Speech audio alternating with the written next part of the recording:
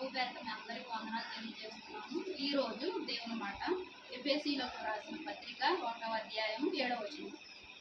దేవుని కృపా మహదైశ్వర్యమును బట్టి ఆ ప్రియుని యందు ఆయన రక్తం వలన మనకు విమోచనము అనగా మన అపరాధములకు క్షమాపణ మనకు కలిగి ఉన్నది. ప్రియమైన దేవుని మాట వింటున్న వాళ్ళారా, మనకు ఎవరి ద్వారా మనకు మన పాపాలకు క్షమాపణ కలిగింది? ఆ ప్రియుని రక్తం వలన. దేవుని కృపా మహదైశ్వర్యమును బట్టి ఆ ప్రియుని యందు ఆయన రక్తం వలన మనకు విమోచనము అనగా మన అపరాధములకు పాప క్షమాపణ మనకు కలిగి ఉన్నది. మనము పాపంతో శాపంతో నిండి ఉన్నప్పుడు ఆ ప్రియకుమారుడు ఆయన ప్రియకుమారుని ఎంతో ప్రియమైన కుమారుని లోకానికి పంపించాడు. ఆ ప్రియకుమారుని రక్తధారల ద్వారా మనకు విమోచన కలిగింది. ఏ విమోచన కలిగింది? పాపాల నుండి విమోచన కలిగింది. మన పాపాలకు రావాల్సిన శిక్ష ఆయన భరించాడు. భరించడమే కాకుండా మనకు రక్షణ ఇచ్చి విలువైన గొప్ప రక్షణను మనకు అనుగ్రహించాడు. మనకు క్షమాపణ కలిగి ఉంది. దేనికి క్షమాపణ? పాపాల నుండి విడుదల కలుగు నిమిత్తము ఆయన శిలువలో మన యొక్క పాపాలన్నిటినీ ఆయన ఆ రక్తంలో శుభ్రపరిచాడు. ప్రతి ఒక్కరి పాపాలు, నీ పాపాలు, నా పాపాలు, మనందరి పాపాలు ఆయన యొక్క శిలువలో మన పాపాలు మేకులతో పొడిచబడి ఆయన శిలువలో దాన్ని ఉంచాడు. పూర్తిగా తొలగించాడు రక్తదారుల ద్వారా. ఎక్కడైనా కనపడుతున్నాయా? గతంలో చేసినవి, పూర్వకాలం చేసినవి అన్నీ తలుచుకుంటూ బాధపడుతూ వేదన చెందుతూ అయ్యో అలా చేశా ఇలా చేశానని నా ప్రియమైన సహోదరుడా, నువ్వేమాత్రం అలా కృంగిపోవద్దు. నువ్వు కృంగిపోవడం దేనికి? సాతాను మాటికి నువ్వు అలా చేసావు అంటుందా?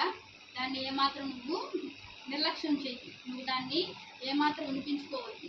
ఎందుకంటే నీ పాపాలు, అతని తాలూకు పాపాలన్నీ ఆయన తుడిచివేశాడు. నీలో ఏమీ లేవు. నీలో ఉండాల్సింది నీ పాపాలు గుర్తుకు రావడం కాదు, యేసయ్య చేసిన త్యాగం నీకు గుర్తుకు రావాలి. ప్రతి నిమిషము ఆయన త్యాగం నువ్వు గుర్తు చేసుకుంటూ ఉండాలి. నువ్వు ఖాళీగా ఉన్నప్పుడు అస్మానం గుర్తుకొస్తుందా? మన ఏదైనా పనిలో పడుతుంటే ఆయన త్యాగం గుర్తుకు రాదు. నీకైనా నాకైనా గుర్తుకు రాదు. మరి ఎప్పుడు గుర్తుకొస్తుంది? ఖాళీగా ఉన్నప్పుడు వ్యర్థమైన వాటిని గురించి ఆలోచించకుండా ఆ ప్రియకుమారుడు మన కొరకు చిందించిన రక్తధారులను మనం జ్ఞాపకం చేసుకోవాలి. జ్ఞాపకం చేసుకొని ఆయన స్మరించుకుంటూ ఆయన సన్నిధికి వెళ్ళి ఆరాధిస్తే దేవుడు నీకు ఏం చేస్తాడు? ఆశీర్వాదం వెంబడి ఆశీర్వాదం అనుగ్రహిస్తాడు. ఎందుకులే, దేవుడు నా పాపాలను క్షమించాడు, నేను బాప్తిస్మం పొందాను, నేను ఇంట్లోనే ఉంటాను అంటే కుదురుతుందా? కుదరదు. దేవుని సన్నిధికి వెళ్ళాలి. ఎవరు వెళ్ళారు దేవుని సన్నిధికి? ఆ యేసయ్యే, ఆ దేవాది దేవుడే ఈ లోకానికి వచ్చినప్పుడు ఆయన ప్రతి వారం దేవుని సన్నిధికి వెళ్ళాడు. వెళ్ళి ఆయన బోధించాడు. ఆగా బోధ ద్వారా అనేక మంది రక్షణ పొందారు, పాపాలను విడిచిపెట్టారు, స్వస్థత పొందారు, విడుదల, బంధింపబడిన జీవితాలకు విడుదల కలిగినాయి. మరి నీ జీవితంలో, నా జీవితంలో, మనందరి జీవితంలో మనం ఏ సమస్యల చేత, ఏ బంధకాల చేత బంధింపబడ్డామో నీకు తెలుసు, దేవుడికి తెలుసు. నీవు నాకు తెలియవు, నీకు తెలియవు, ఎవరికి తెలియవు. మన సమస్యలు ఎవరికి తెలుస్తాయి? దేవుడికి తెలుసు. ఆ బంధకాల నుంచి మనము విడుదల పొందాలంటే దేవుని సన్నిధికి వెళ్ళాలి. దేవుడి సన్నిధికి వెళ్ళడానికి ఆయన మన యొక్క పాపాన్ని క్షమించాడు కాబట్టి మనం ఎంతో కృతజ్ఞులమై మనం ఎక్కడికి వెళ్ళాలి? దేవుని సన్నిధికి వెళ్ళాలి. వెళ్ళి ఆయన మాట వినాలి, ప్రార్థించాలి, దేవుని వాక్యం చదవాలి, ఆయన ఆరాధించాలి. అప్పుడే మన జీవితంలో గొప్ప ఆశీర్వాదాలు పొందుకోగలుగుతాము. దేవుని వందనాలు ప్రార్థించాలి. మహాప్రేమల తండ్రి, నీకు వందనాలు, స్తోత్రాలయ్యా తండ్రి నాయన.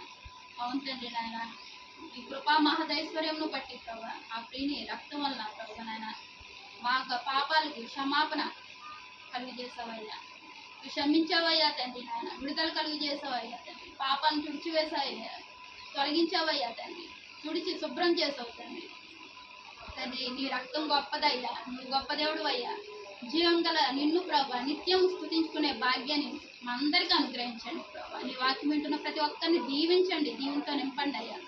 కృపగల దేవానికి ఎన్నో వందనాలు, స్తోత్రాలు చెల్లించుకుంటూ చేసినాము వేడుకుంటున్నాను తండ్రి. ఆమేన్. అందరికీ